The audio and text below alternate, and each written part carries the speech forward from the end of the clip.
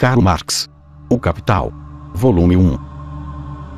Karl Marx foi um alemão que viveu no século XIX, foi um filósofo, economista, historiador e revolucionário socialista alemão.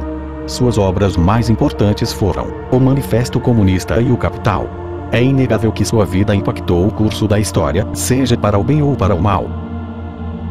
Seu livro mais importante, O Capital, pode ser dividido em 3 grandes volumes. Esse audiolivro aborda o primeiro volume, que é composto por 33 capítulos, onde cada capítulo pode apresentar seções. Assim, se for do interesse do espectador, pode simplesmente consultar o capítulo ou a seção que tem interesse. O sumário do volume 1 do Capital é o seguinte. Capítulo 1 – Mercadorias. Seção 1 – Os 2 fatores de uma mercadoria são o valor de uso e o seu valor. Seção 2 – O duplo caráter do trabalho incorporado nas mercadorias. Seção 3 – A forma do valor e do valor de troca. Seção 4 – O fetichismo das mercadorias e seu segredo. Capítulo 2 – O processo de troca. Capítulo 3 – O dinheiro ou a circulação de mercadorias. Seção 1 – Medida dos valores. Seção 2 – O meio de circulação. Seção 3 – Dinheiro. Capítulo 4 – A fórmula geral para o capital. Capítulo 5 – Contradições da fórmula geral. Capítulo 6 – A compra e a venda de força de trabalho. Capítulo 7 – O processo de trabalho e o processo de produção de mais valor. Seção 1 – O processo de trabalho ou a produção de valores de uso. Seção 2 – A produção de mais-valia. Capítulo 8 – Capital constante e capital variável. Capítulo 9 – A taxa de mais-valia. Seção 1 – O grau de exploração da força de trabalho. Seção 2 – A representação dos componentes do valor do produto por partes proporcionais correspondentes do produto em si. Seção 3 – Última hora do sênior. Seção 4 – Produção excedente. Capítulo 10 – A jornada de trabalho. Seção 1 – Os limites da jornada de trabalho. Seção 2 – A ganância por trabalho excedente. Seção 3 – Ramos da indústria inglesa sem limites legais à exploração. Seção 4 – Trabalho diurno e noturno. Seção 5 – A luta por um dia de trabalho normal. Leis obrigatórias para a prorrogação da jornada de trabalho de meados do século XIV ao final do século XX. Seção 6 – A luta por uma jornada normal de trabalho. Limitação obrigatória por lei do tempo de trabalho. Leis de fábricas inglesas. Seção 7 – A luta por um dia de trabalho normal. Reação das leis de fábrica inglesas em outros países. Capítulo 11 – Taxa e massa da mais-valia. Capítulo 12 – O conceito de mais-valor relativo. Capítulo 13 – Cooperação. Capítulo 14 – Divisão do trabalho e manufatura. Seção 1 – Origem dupla de fabricação. Seção 2 – O trabalhador de detalhe e seus implementos. Seção 3 – As 2 formas fundamentais de fabricação: fabricação heterogênea, fabricação em série. Seção 4 – Divisão do trabalho na manufatura e divisão do trabalho na sociedade. Seção 5 – O caráter capitalista da manufatura.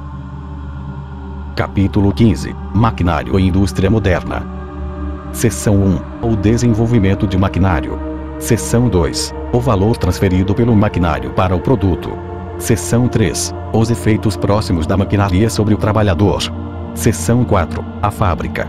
Seção 5 – O conflito entre o trabalhador e a máquina. Seção 6 – A teoria da remuneração em relação aos trabalhadores deslocados por maquinário. Seção 7 – Repulsão e atração de trabalhadores pelo sistema fabril. Crises no comércio de algodão. Seção 8 – Revolução efetuada na manufatura, artesanato e indústria doméstica pela indústria moderna. Seção 9 – As leis da fábrica.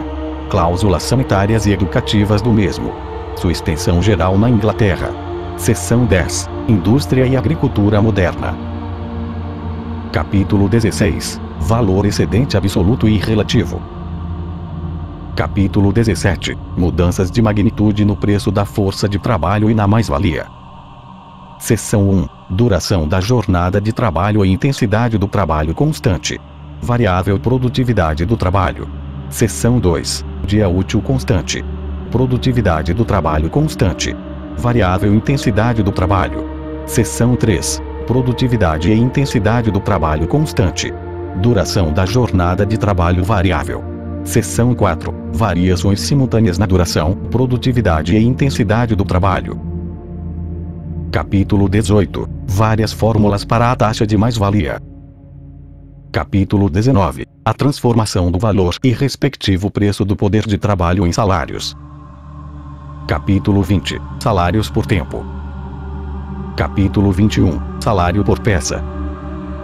Capítulo 22. Diferenças nacionais de salários.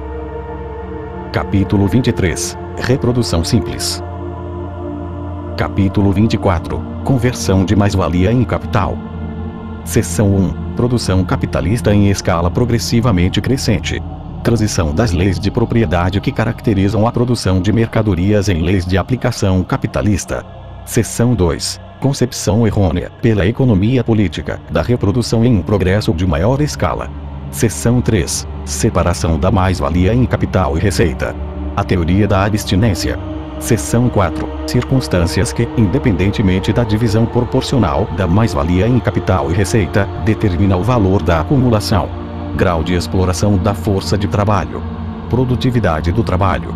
Diferença crescente de montante entre capital empregado e capital consumido. Magnitude do capital avançado. Seção 5. O chamado fundo de trabalho. Capítulo 25. A Lei Geral da Acumulação Capitalista. Seção 1. O aumento da demanda por força de trabalho que acompanha a acumulação, a composição do capital permanece a mesma. Seção 2. Diminuição relativa da parte variável do capital simultaneamente ao progresso da acumulação e da concentração que o acompanha. Seção 3. Produção progressiva de uma população relativa excedente ou exército industrial de reserva. Seção 4. Diferentes formas da população excedente relativa. A Lei Geral da Acumulação Capitalística. Seção 5. Ilustrações da Lei Geral da Acumulação Capitalista. Capítulo 26. O segredo da acumulação primitiva. Capítulo 27. Expropriação da população agrícola da terra. Capítulo 28. Legislação sangrenta contra os expropriados, do final do século XV. Forçando a redução de salários por atos do parlamento. Capítulo 29. Gênese do agricultor capitalista. Capítulo 30. Reação da Revolução Agrícola na indústria. Capítulo 31. A gênese do capitalista industrial. Capítulo 32. Tendência histórica da acumulação capitalista. Capítulo 33. A teoria moderna da colonização.